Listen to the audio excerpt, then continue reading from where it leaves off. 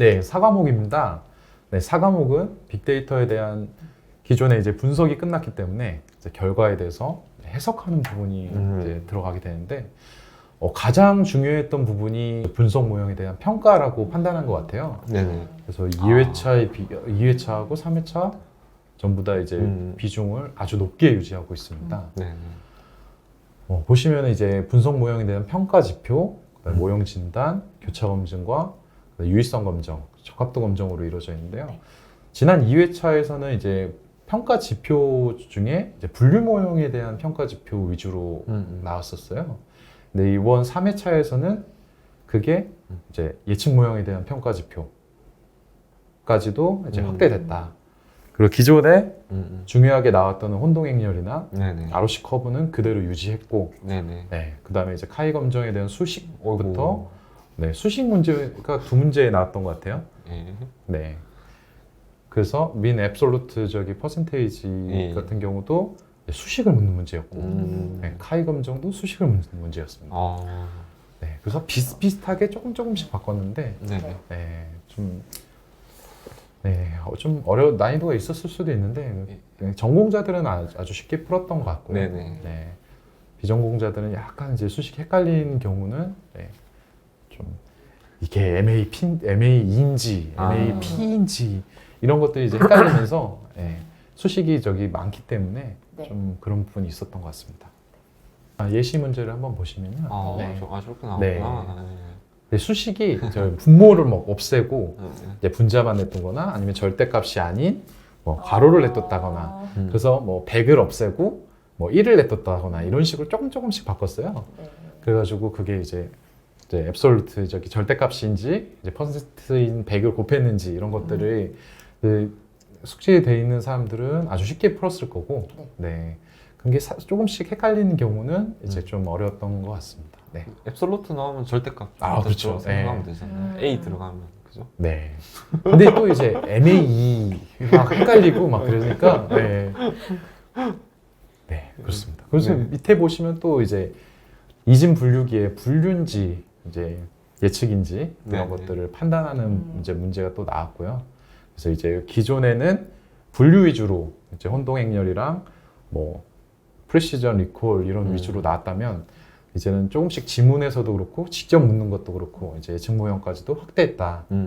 예, 그런 부분이 이제 추가된 부분입니다. 네. AUC에 대한 설명으로 이제 옳지 않은 것은 이번에 옳지 않은 것은이라는 문제가 상당히 많이 나왔어요. 아, 맞아요. 그래서 다 읽어보면 다 맞는 말인 것 같이. 네. 그래서 그 면적이 이제 넓을수록 좋고 아래는 면적을 의미하고 이런 것들은 이제 맞는 말이고. 출제를 해보면 옳지 않은 것은이라는 문제가 내기가 더 쉽거든요. 네. 왜냐하면 옳은 것은 하면은 틀린 질문을 3개 만들어야 되는 거잖아요. 맞아요. 네. 그러다 보니까 이제 출제자들도 옳지 않은 것으로 많이 이제 내는 것 같고, 그리고 이제 옳지 않은 것으로 하다 보면 이제 옳은 지문이 3개가 있기 때문에 공부할 때도 일단 옳은 지문을 많이 읽어보기 때문에 맞아요. 공부할 때도 도움이 되는 것 같습니다. 그건 그래요. 맞아요. 네. 네. 그다음에 이번에 처음 출제됐는데 이제 적합성 평가에 대한 부분과 관련 없는 내용은 저 부분이 이제 출제돼서 이제 Y 절편에서 절편은 이제 직접적인 관련은 없다. 이 부분이 이제 추가되었습니다. 네. 해당 부분은 그래서 총 여기서 10문제 이상 나왔던 것 같고요. 네. 그래서 이쪽도 기존의 이제 분석 기법과 고급 분석 기법, 그다음에 이쪽 분석 모형 평가까지도 집중해서 보셔야 될 것 같습니다. 네. 네. 그다음에 이제 분석 모형 개선이고요. 이제 과적합을 알고 있어? 그리고 그에 대한 기존에 이제 그 2회차에서는 과적합을 알고 있어 정도가 나왔다면 3회차에서는 그럼 방지를 하기 위한 방법은 뭐야? 그래서 이제 방지를 하기 위한 방법까지도 이제 확장돼서 물어봤고, 그다음에 경사강법에 대해서 기존에 이제 개념을 물어봤다면 이제 종류까지도 좀 더 확장되는 부분으로 기존에 이제 해당 그 중요하다고 한 포인트에서는 다 출제는 됐습니다. 네, 그런 거 그래서 이 부분은 난이도 자체는 크게 어려운 부분은 없었을 것 같고요. 이번 3회차에서 이제 그래서 보시면 가적합을 막기 위한 방법으로 이제 또 옳지 않은 것은이죠. 네, 보시면은 설명 노드수를 줄인다. 좀 비슷한 것 같죠? 네. 저도 처음에 이 답이 뭐지? 다 맞는 말 같은데 했는데 설명 변수를 줄인다고 이제 설명 노드수를 줄인다가 좀 아닌 것 같더라고요.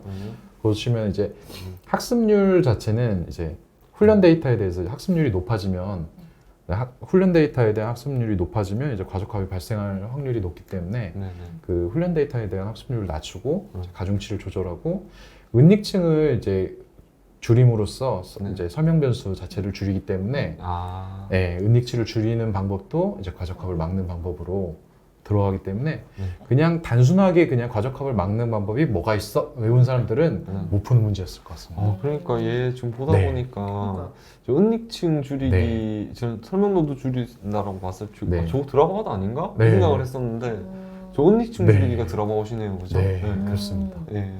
그래서 저도 처음 봤을 때 이게 다 맞는 말 같은데 라고 봤는데 예.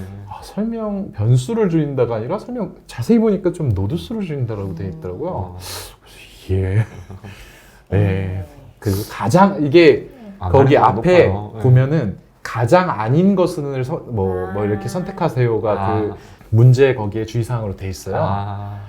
그래서 완전 그 중에 가장 아닌 것을 선택하는 방식으로 돼 있어서 논란을 좀 줄이고자 하는 출제준의 의도가 아니었을까. 네.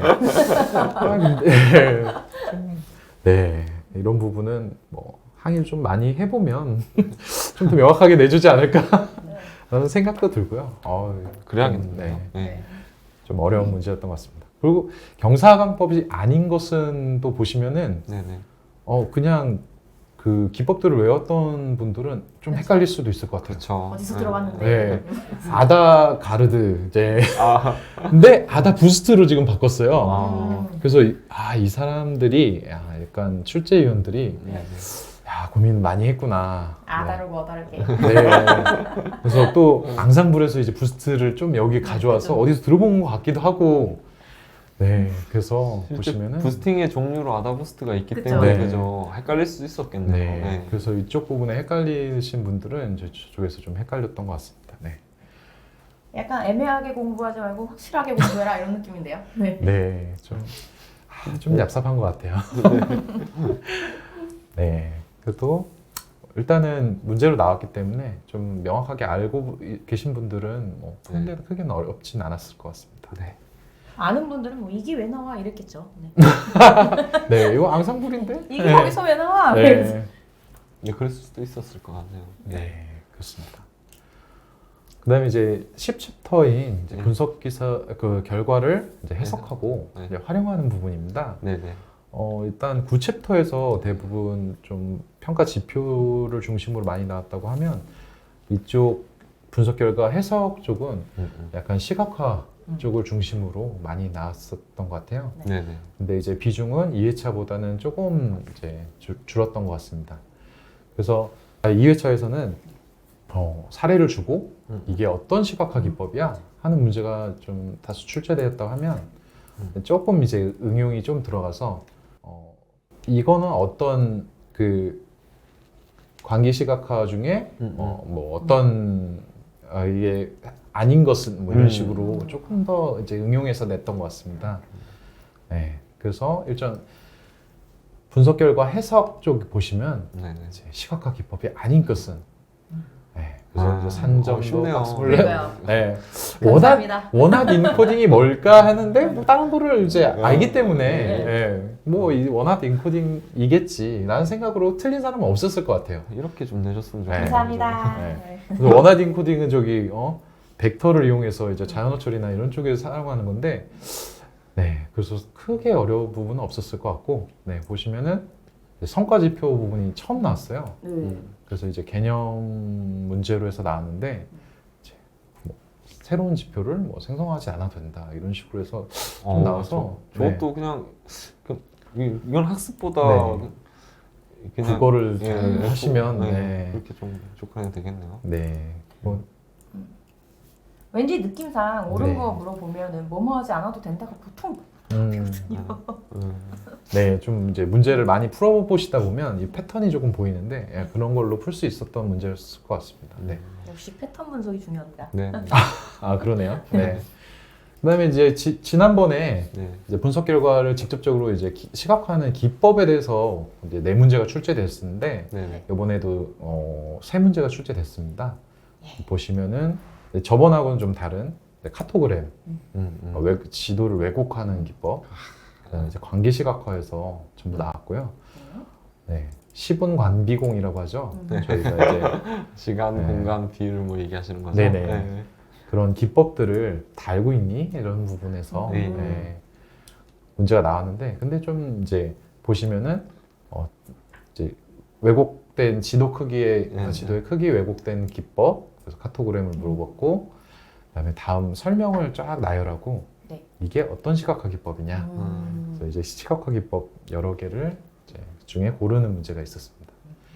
그리고 이게 정확히는 기억이 안 나는데 그 관계 시각화 기법 중에 이제 위에 이제 보기 중에 이제 버블 차트를 빼놓고 예, 밑에서 물어봐서 네, 사실은 관계 시각화의 기법 저기 산점도 저기 이제 버블 차트가 있었으면 밑에도 유추할 수 있는 거기 때문에 예, 좀 네, 그 위에서 살짝 빼가지고 예, 물어봤던 예, 패턴으로 해서 그럼 문제 내에서 다른 네. 문제 추론이 가능하다 이런 네, 상황이네요. 그런 거를 못하게 좀 네. 방지할 수 있게 문제에 간 디커플링. 네, 어우 네. 네. 알겠습니다. 딱 용어로 좀 설명이 되네요. 네, 그렇게 이제 출제가 되었습니다. 그래서 관계 시각화에 대한 설명으로 이제 옳은 것은 그래서 이렇게 시각화 기법에 대해서 이제 출제가 되었고 마지막 이제 분석 결과 활용에 대해서 이제 이 독립적인 내용으로는 출제가 되진 않았는데 좀 연관된 문제로 이제 한 문제 정도 출제가 되었고요. 네, 그렇죠. 이제 데이터 분석 활용 중 옳은 것은 해서 네, 좀 개념 문제로 해서 나왔던 것 같아요. 네. 네, 여기 부분만 해당되는 건 아니고 전체적인 이제 빅데이터 분석에서의 활용을 이제 전체적으로 묻는 내용이었던 것 같습니다. 네. 그래서 그런 문제로 이제 출제가 되었고 보시면은 4과목에서는 크게 내용이 그 어려운 부분은 없었던 것 같아요. 기존 그 2회차랑 좀 그 나왔던 비중이나 이런 것도 좀 유지하려고 이제 출제진이 노력한 것 같고, 그다음에 이제 한쪽으로 치우쳐져 있던 것들을 좀 더 이제 스프레드하게 좀 출제하려고 노력했던 것 같습니다. 그래서 이제 회차가 진행이 될수록 좀 더 문제들이 안정화되지 않을까 좀 생각이 됩니다. 네. 네, 지금까지 단원별 문제 유형과 총평을 보셨는데요. 어떠십니까? 해볼만 하실 것 같죠? 어차피 합격하실 거니까 뭐 괜히 쫄지 마시고 도전하시면 될 것 같습니다. 네, 그럼 우리 다음 시험은 어떻게 준비하면 될까요? 우리 다음 시험을 위한 전략을 한번 보시고 마무리하겠습니다. 네, 이제 이제 마지막으로 저희가 다음 필기 시험을 어떻게 준비해야 되는지에 대한 전략을 제가 좀 썸머리 해드리겠습니다. 크게 6가지로 좀 정리를 했고요. 전체적으로 봤었을 때 개념형에 대한 문제들이 지금 이제 많았던 걸로 이제 보여요. 분석이 되고요. 그래서 근데 다만 응용을 해야 되는 문제들이 있었습니다. 난이도가 높지 않은 응용하는 문제가 있었기 때문에 기본에 충실한 학습을 기반으로 하셔야 될 것 같고요. 두 번째는 개념이 명확해야 된다. 근데 이제 너무 많은 내용들이 있어요. 그래서 정보 처리 기사라는 시험도 있고 이제 그 후속으로 이제 저 IT 쪽에는 보안 기사 그리고 이제 빅데이터 분석 기사가 이제 나온 거잖아요. 그래도 내용은 다 그 종목들마다 내용은 다 많습니다. 근데 다만 이걸 다 외울 수는 없어요. 그래서 이제 객관식이기 때문에 구분해서 선택할 수 있는 수준으로 이해를 하면서 이제 학습하는 것들이 가장 좋을 것 같고요. 한 가지 팁은 그 각 과목별로 세부 항목별로 세세 항목별로 하이라키를 그려가지고 카테고리화 시켜서 학습하시는 게 좀 좋은 방법이 아닐까 생각을 하고 있습니다. 네, 그리고 보시면은 정보처리 기사나 보안 기사 같은 경우는 난이도가 점점 어려워지고 있어요. 그래서 합격률이 점점 낮아지고 있습니다. 근데 빅데이터 분석 기사는 합격을 좀 당분간은 좀 네. 많이 시키겠다는 의지인 것 같아요. 네, 맞습니다. 네네. 네, 그래서 좀 합격률을 어느 정도 유지하다가 나중에 이제 좀 뽑았다 싶으면 많이 뽑았다 싶으면 좀 네. 어렵게 가지 않을까. 그럼 빨리 좀 쳐야겠네요. 아 그렇죠. 10회 전에는 좀 이제 빨리 쳐가지고. 네, 예. 그렇죠. 그렇습니다. 네. 네, 알겠습니다.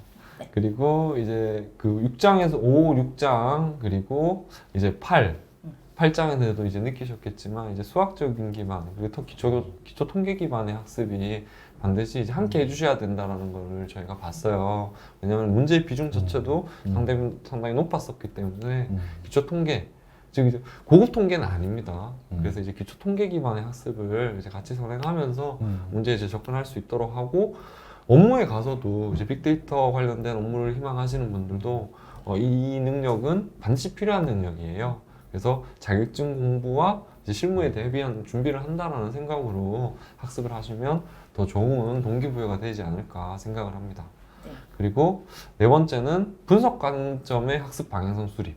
이제 이 부분은 이제 사례와 그리고 그래프 이번 회차에는 많지는 않았어요. 많지는 않았지만 이 아까 이제 3에서 말씀드렸던 그 실무와도 연관이 되어 있고 분석가의 역량은 결국은 분석이잖아요. 인사이트 도출이고 그래서 그 정보를 가지고 우리가 찾고자 하는 게 무엇이냐라는 의문성을 가질 수 있는 가장 좋은 학습 방법은 이제 시각적인 부분들이 반드시 있거든요. 그래서 데이터와 그래프를 분석할 수 있는 관점에서도 학습 방향성을 좀 수립을 하시자라고 좀 말씀을 드렸고요. 그리고 다섯 번째는 이제 기존에 이제 여러 교재들이 있어요. 그래서 약간 좀 편중되어 있는 영역들이 아무래도 좀 있다 보니까 여러 가지 이제 학습 교재들을 뭐 단권보다는 여러 개 좀 섞어서 좀 보는 게 지금 문제 패턴을 봤었을 때 당분간은 좀 유리하지 않겠냐라는 생각도 좀 들었고요. 기수님 그럼 다른 교재들을 다 봐야 된다는 말씀이십니까? 지금 현재 상황에서는 한쪽에 좀 편향되어 있는 내용들이 많아요. 각각 이제 교재별로 제가 봐보니까 그래서 이제 현재는 좀 그럴 것 같고 향후에는 좀 이제 그걸 통합하는 그 바이블 형태의 교재들이 좀 출시가 되지 않을까. 기수님께서 좀 써주십시오. 알겠습니다. 열심히 좀. 네, 좀 네, 다들 네. 댓글 좀 달아주세요. 뭐 여러 교재를 어떻게 봅니까? 네. 네, 준비해 보도록 하겠습니다. 네. 네. 그리고 빅데이터는 일단 컴플라이언스 법적인 부분이 이제 중요시돼요. 왜냐하면 분석을 하면서 보안도 같이 가야 되기 때문인 겁니다. 그래서 이제 이 빅데이터 분석에서도 그렇지 않을 것 같은데 법에 대한 중요도를 정보보호법, 개인정보보호법 관련된 내용 그리고 비식별화에서 강조를 하고 있어요. 그래서 어렵다 법은 이제 접근이 어렵다라고 아까 제가 말씀드렸는데 그런 문제는 한두 문제입니다. 근데 개념적으로 접근하는 문제들이 대부분이기 때문에 그 부분에 대해서도 용어가 낯선 어려움은 잠깐 내려놓으시고 내용을 좀 보면서 가져가실 수 있도록 했으면 좋겠습니다. 네. 네, 그리고 마지막으로 좀 총 정리를 하면 개념, 이해, 그리고 데이터 분석, 그리고 최종 이제 활용 관점에서 흐름을 머릿속에 딱 박아 놓으시고 학습을 해가시면 많은 도움이 되실 것 같습니다. 네. 네. 근데 네. 교수님 우리 실기 같은 거는 네네. 공부 어떻게 하면 되나요? 저는 네네. R로 해야 될지 파이썬으로 해야 될지 잘 모르겠어요. 네. 언어가 뭐가 좋아요? 현재는 이제 그 실기 시험은 R 언어와 그 파이썬 언어 이 두 가지로 이제 플랫폼 기반에서 이제 시험을 진행을 하고 있어요. 그래서 플랫폼 기반이라고 하면 이제 클라우드 기반을 이야기하는 거고요. 근데 이제 저희가 그 파이썬이라는 언어의 특징이 이제 인간의 사고를 언어화 시켰다라고 많이 표현들을 하시거든요. 그리고 그 특징 하나와 여러 가지 라이브러리들의 호환성이 상당히 우수한 언어입니다. 그래서 실무에서도 이제 파이썬의 활용도가 많이 높아지고 있고 그 텐서플로우라고 하는 머신러닝 프레임워크도 이제 기본 파이썬에서 이제 호환성을 가지고 있거든요. 그리고 이제 트렌디한 것들이 이제 파이썬 기반에서 활용이 되고 있어요. 그러다 보니까 저의 개인적인 생각은 이제 전통적인 환경에서는 R을 많이 썼다라고 한다면은 이제 향후에 앞으로 방향성이라든지 그리고 이제 비전적인 측면에서는 파이썬 기반으로 좀 이제 학습을 하시는 게 우리 이제 여러분들에게 좀 미래지향적으로 도움이 많이 되지 않을까라는 생각을 가지고 있습니다. 네, 그렇군요. 네. 파이썬 데이터 분석 알겠습니다. 네네. 오랜 시간 정말 수고 많으셨습니다. 시험 보시고 이제 또 뭐 실기 준비하시는 분들도 계시고 다음 시험 준비하시는 분들도 계실 텐데요. 절대 겁먹으실 필요 없고요. 우리 이게 영상 보시면서 다 같이 준비하면 될 것 같습니다. 네, 두 분 기술사님 너무 감사하고요. 네, 네, 여러분들도 고생 많으셨습니다. 감사합니다. 네, 네, 수고하셨습니다. 수고하셨습니다. 네.